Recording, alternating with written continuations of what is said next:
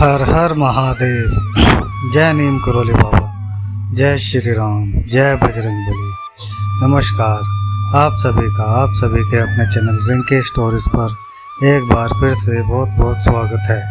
आशा करते हैं कि आप और आपके परिजन सभी स्वस्थ होंगे। इसी कामना के साथ बढ़ते हैं आज के अद्भुत ज्ञान की ओर। इसमें सम्मिलित किया है जो कि यदि आप नियमित रूप से अपने जीवन में करते हैं तो आप पाते हैं कि आपके जीवन में जो भी आपके रुके हुए कार्य हैं, जैसे बहुत सारे लोगों की समस्या होती है कि बहुत परिश्रम करने के बाद भी, बहुत याद करने के बाद भी हमारे जो कार्य हैं वह बनते ही नहीं हैं, बीच में रुक जाते हैं। तो अगर आप भी इसी परेशानी से जूझ रहे हैं, आपके जीवन में भी ऐसे कष्ट आ रहे हैं, तो यह 3 कार्य का आप जीवन में इस्तेमाल तो करते हैं। तो इसमें पहले जो कार्य है आपको करना है वह यह है कि अगर आप श्री महाराज जी से जुड़े हुए हैं या जुड़ने का प्रयास कर रहे हैं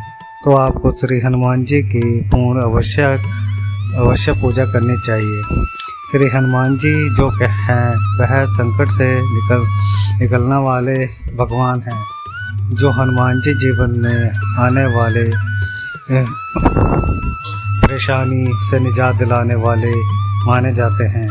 जिन लोगों का भाग्य साथ नहीं देता, श्री हनुमान जी की आराधना करने से आपका भाग्य आपका पूर्ण रूप से साथ देगा।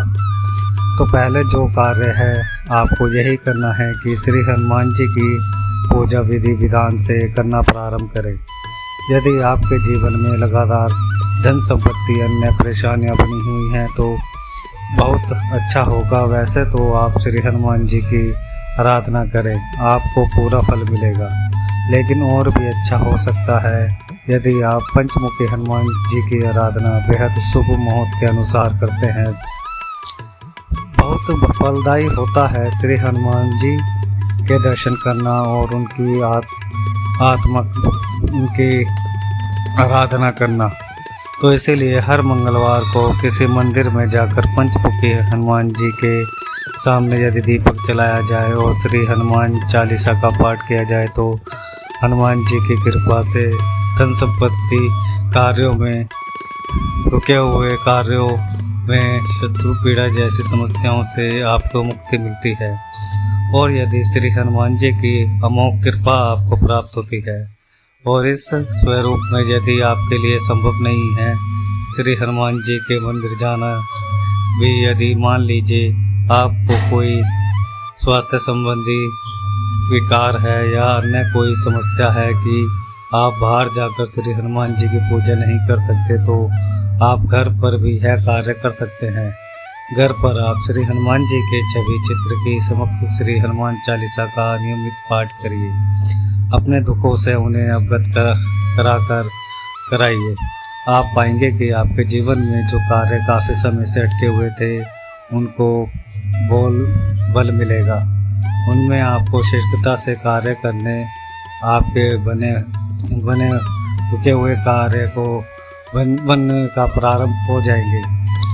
जितनी भी परेशानी चल रही थी उससे आपको पूर्ण रूप से निजात मिलेगी। यह था पहला कार्य जो आपको जीवन में जोड़ना है। अब मैं आपको 2 ऐसे कार्य बता रहा हूँ जो कि बहुत महत्वपूर्ण होने वाले हैं। आज के इस कर्मांक में श्री महाराज जी के आशीर्वाद के अनुसार हमने 3 मुख्य कार्य जोड़े हुए हैं। जो आप बढ़ते हैं हम दूसरे कार्य की ओर।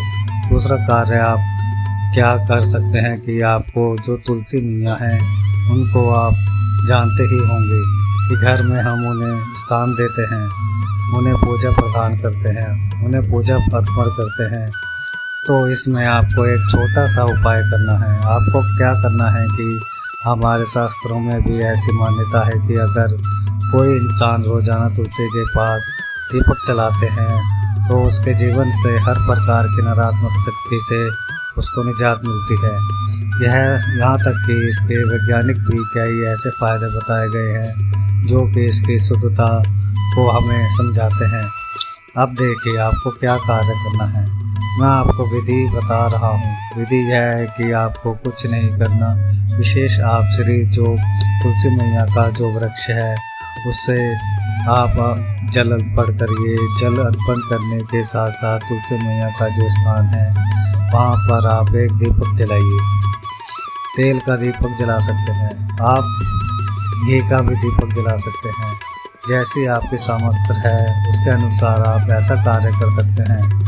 इसके अलावा यह जो नियम बनाना है आपको नियमित रूप से बनाना है। जैसा आप जानते हैं आपके कार्य काफ़ी समय से अटके हुए हैं, तो इस नियम को आपको नियमबद्ध होकर करना पड़ेगा। कुछ समय के लिए आप इसको कीजिए। जब आपके कार्य बनने लगेंगे तो आप इस नियम को पूरे आजीवन तक अपने साथ रख सकते हैं और इस नियम को पूरी तरह से निभा सकते हैं। जीवन में कभी भी आपके फिर कार्य अटकने की जो समस्या आई है उससे आपको पूर्ण रूप से निजात मिल जाएगी। श्री तुलसी मैया जी का जो पौधा होता है, जो वृक्ष होता है, उनका वह पूर्ण रूप से आपके घर स्थान को जहाँ पर आप निवास करते हैं पूरी तरह से नकारात्मक ऊर्जाओं से बचाता है। जैसे घर से बाहर जितनी भी नकारात्मक ऊर्जा जाती है, इस प्रकार से यदि आप जीवन में ऐसा शिष्टाचार करते हैं, किसी से गलत व्यवहार करते हैं, तो इस प्रकार से नकारात्मक ऊर्जा घर में प्रवेश नहीं करती है। जो मैया का पौधा होता है वो नकारात्मक ऊर्जाओं को जो घर में प्रवेश करने वाली होती हैं उससे निजात दिलाता है, उसको घर में प्रवेश करने नहीं देता। तो इसीलिए जीवन से नकारात्मकता को निकालना का यह प्रतीक है। नियमित रूप से आप इसका जो है पूजन करिए। आप इस पाएंगे कि जीवन में सारे कष्ट धीरे धीरे शून्य होते चले जाएंगे। अब बात कर लेते हैं तीसरे नियम की। तीसरा जो नियम है ये अपने आप में बहुत महत्वपूर्ण है। बहुत से लोग इसमें गलती करते हैं, तुष्टि करते हैं, तो अपनी तुष्टि को सुधार कर आप ऐसे भी कर सकते हैं। तो तीसरा नियम यह है कि जब भी आप पूजा विधि विधान करते हैं तो पूजा करके शंख बजाने से आपको क्या लाभ मिलते हैं। जैसे बहुत से लोग होते हैं पूजा तो करते हैं लेकिन शंख वादन नहीं कर पाते, तो शंख वाद जब होता है तो उससे भी बहुत से लाभ मिलते हैं। अब मान लेते हैं क्या लाभ है। अगर आपने घर के किसी हिस्से में आप वस्तु दोष को महसूस कर रहे हैं या आप नए हैं आ रहे हैं, तो घर में बहुत सी चीज़ अस्त व्यस्त रहती है, नहीं तो उससे भी नकारात्मक ऊर्जा घर में प्रवेश करती है। तो उसे जगह पर आपको सुबह शाम शंख बजाना चाहिए। यदि घर में शंख ना हो तो उसकी जगह पर पूजा करने के बाद घंटी जो होती है पूजा के स्थान पर रखी रहती है, तो उस घंटी भी बजा सकते हैं। इससे निकलने वाली जो ध्वनियों की है वातावरण के वह जो वातावरण में नकारात्मक ऊर्जा विद्यमान है उसे नकारात्मक ऊर्जा को शून्य कर देती है।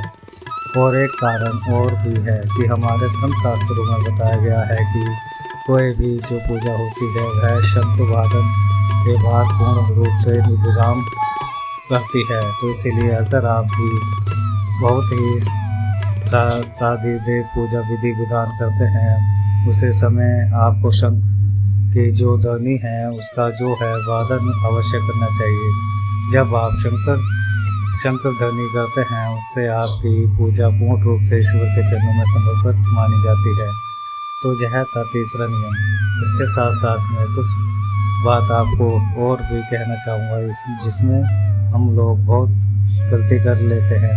तो यह तो 3 नियम हो गए, लेकिन सबसे महत्वपूर्ण बात मैं आपको बता दूँ। सबसे महत्वपूर्ण बात क्या है कि बहुत से लोग क्या करते हैं, केवल जो पूजा विधि विधान होता है वह केवल इस प्रकार से करते हैं कि केवल एक कार्य है, तो इस प्रकार से मान कर लेते हैं। कभी भी पूजा विधि विधान जो ये कार्य होते हैं ये हृदय से होते हैं। जब तक आप हृदय उसमें नियमित नहीं लेते, मान लीजिए कि मेरे खाने का आशय यही है कि आप पूजा स्थान पर बैठे भी है, पूजा विधि विधान कार्य भी कर रहे हैं, लेकिन मन में बहुत से विचार चल रहे हैं, विचार भार है, कार्य क्षेत्र की ओर है, कोई चिंता चल रही है।